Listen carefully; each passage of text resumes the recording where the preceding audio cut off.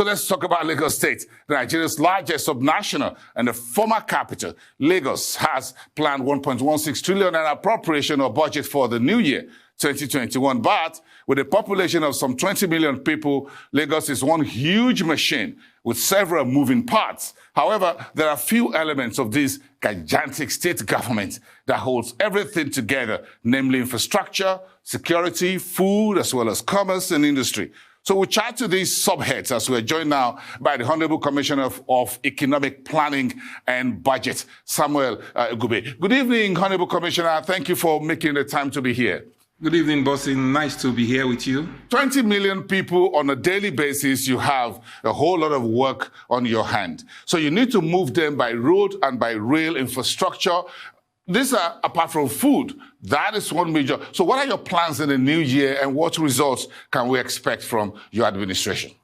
Well, it's interesting. I mean, you mentioned roads, you mentioned food. One of the clear takes away during the COVID pandemic period is that even though Lagos, you always find food here, it's a big market, but it's easy to get into a challenging situation with food security. It was that for that reason that we put a lot of pressure on the budget in 2020 to raise up our attention on food security, basically to feed our people and to ensure that our food situation is going to always be here. Now, that has been heightened in the 2021 budget, where we have made an increase of 48% in the budget against last year to this year. So we're constantly investing in food security. We're taking it from 14.03 billion in 2020 to 20.7 billion in 2021. The whole idea is to be able to ensure that the market is sustainable. There's a lot of transparency in the market. We create pathways for investors to participate in production and in agro-processing. But, people need to move, which was the second sector you talked about in terms of transportation. Late last year, we closed a phenomenal deal on the Red Line. The Red Line, when completed, will move 22 million people all the way from Agbado to Oyigbo and then finally to Marina. It's going to cut down journey time from 2 hours to 45 minutes, delivering for us a time saving of about 28 million man-hours every month. When that project is complete, it will create 8 bus stations, 10 overhead bridges, and 13 pedestrian bridges. It's going to actually change the cost of transportation. In addition to that, we are engaging to also close for the Blue Line. And it's thanks to Mr. Governor, his exposure in banking and extreme negotiation capabilities, working with a very unified and competent cabinet to deliver some of these outcomes for the people of Lagos. And I think the people of Lagos have the future to be glad about, having trusted us with leadership. We will be delivering back to them a lot of infrastructure to make things easier and more workable in the coming year, which is why the transportation investment in the budget moves up significantly.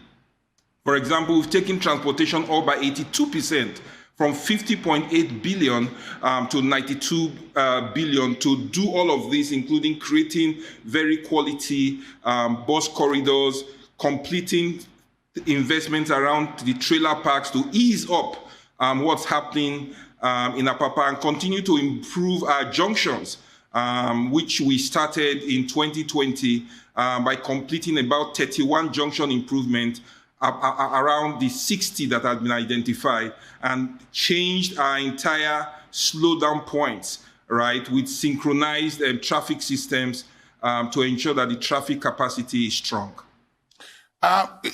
The Blue Line and the Red Line rail will be very, very critical. I know bus and all of that are very important. Lagos have been waiting for this for years. When is this likely going to be delivered based on the reassessment of the funding needs? And now it looks like you have everything you need on the table to make it happen. Well, we believe that the Red Line will be delivered sometime late 2022 or early 2023. And we are going to drive hard to deliver the Blue Line just around the same time. As you are aware, the Blue Line had started. The Blue Line is a 27-kilometer rail line going over water and terminating in Marina. The Red Line will be coming out from Agbado with several stops intra-city to Igbo. Because of the financing structure we've put in place, it's going to run very smoothly, only challenged not by finance or any bureaucracy, but it will just be as fast as we can go. That makes it faster, and we are comfortable, and the contractors have assured us they will be able to deliver within those timelines. Let's talk a little bit back about the agriculture. Lagos has 20 million mouths to feed on a daily basis. So you talk about how much you're investing in the value chain for sustainability, but are there specific projects you would like to mention here that give me some deliverables on this point? Yeah, giving me the figure, give me some deliverables. Okay, certainly agric is, you can deal with it from different angles. On one hand, we are a very large consumption center, and therefore we felt that the staple food of rice will need to control the processing of it. And that's why we're putting one of the biggest rice mills at Imota in Lagos, and we started it late last year. We will be completing it within the first quarter of this year, basically to do that. On completion, that mill will generate about 350,000 jobs, both directly and indirectly. We are also going to be developing what we'll call areas of our comparative advantage. We are looking at the aquaculture in terms of the fishing systems. And we intend to go into a partnership which we've called LACE, the Lagos Aquatic Center of Excellence, basically to solve things around the aquatic systems and agriculture in Lagos. What that LACE will do basically is to help us improve the production of fish in Lagos. Today, we probably are operating about 20% of our capacity, but when LACE will come, it's going to deliver for us fingerlings, it's going to deliver feeds, which are some of the biggest challenges, and it's going to then create a market that ensures that when our farmers farm, it will buy up the entire production. That way will create an entire cycle of systems that make that to work. But we're also going to be training a lot of our people, right? And try to orient our people to ensure that they begin to love agriculture, and especially young people to do that. We'll be investing also in our coconut production. Again, coconut production is an area where we have comparative advantage.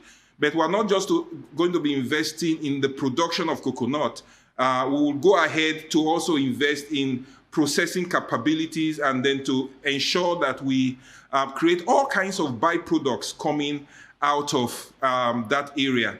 So what else? We would expose our farmers. So we normally have commissioned and started to operate from time to time fish market festival. We held one at the Muri Okorola Park, and it exposes our fishermen to our fisherwomen to markets, right? And that then begins to tell them what the customers are looking for. They are able to assess the markets directly, and their products are also going to be assessed. It's also important, right? We are going to make a lot of investment in trying to restructure our market systems, where we have huge storage, both wet, dry, and cold storage. Honourable Commissioner, the Lagos is Nigeria's capital for commerce and industry, I know. So you talk, we're getting into commerce and industry. We'll discuss that when we'll come back after the break. But of course, security and governance. The Honourable Commissioner for Economic Development in Lagos State. We'll be right back, everyone.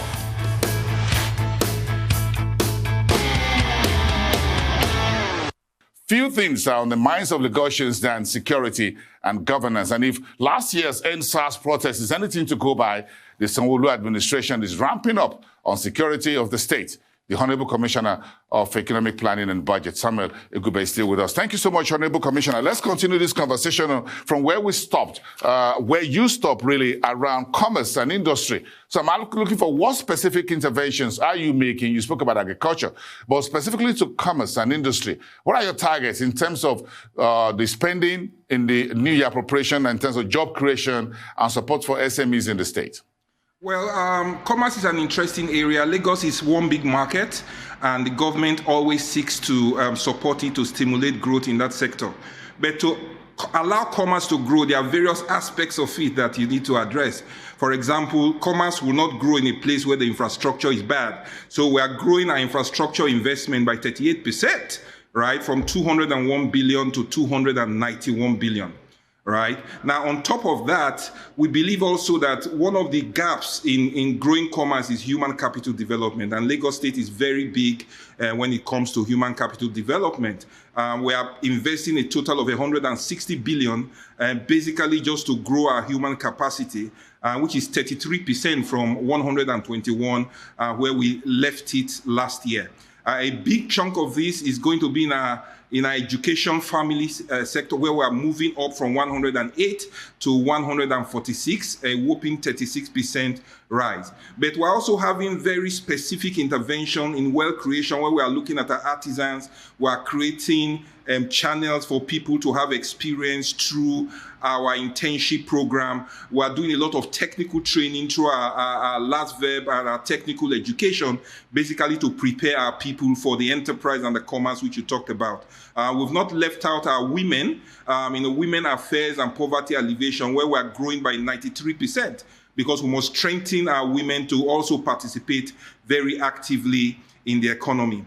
Now, we feel that technology will play a great role as COVID begins to threaten the environment and social distancing begins to become the norm. So we are going to invest very heavily in technology infrastructure. As in addition to that, we want to make Lagos a technology hub for Africa.